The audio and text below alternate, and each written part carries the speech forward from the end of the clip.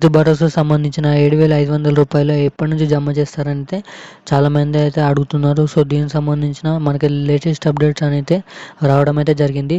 So అలాగే రైతు రుణమాఫీ సంబంధించిన కూడా అప్డేట్ అయితే రావడం అయితే జరిగింది. సో అప్డేట్స్ అనేది మనమైతే వీడియోలో అయితే చూద్దాం.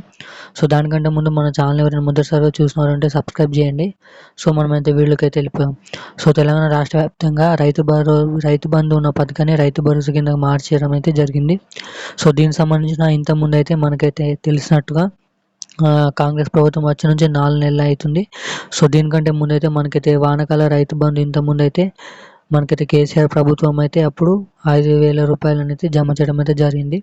సో కాంగ్రెస్ ప్రభుత్వం వచ్చిన తర్వాత మనకైతే సీఎం రేవంత్ రెడ్డి గారు మొన్నటి నుంచి మనకైతే ఈ వచ్చే నెల వానాకాలం నుంచి అయితే 7,500 రూపాయలు జమ చేస్తామని అయితే చెప్పడం అయితే జరిగింది.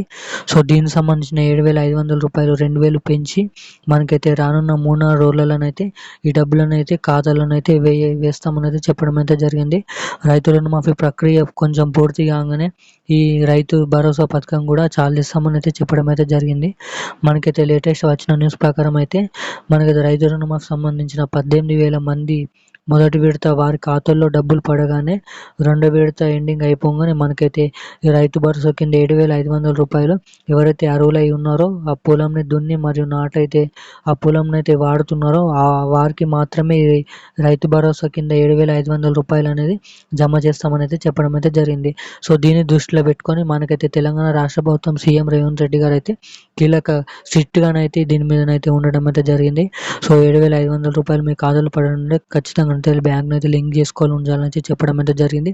సో అలాగే మరి ఇంకా పొలం అయితే ఆన్లైన్లో ఉండడం దయచేయాలని అయితే మనకైతే చెప్పడం అయితే జరిగింది. సో ఇప్పుడున్న అప్డేట్ అయితే ఇది. మరిన్ని అప్డేట్స్ కోసం మన ఛానల్ అయితే సబ్స్క్రైబ్ చేయండి. Thank you guys.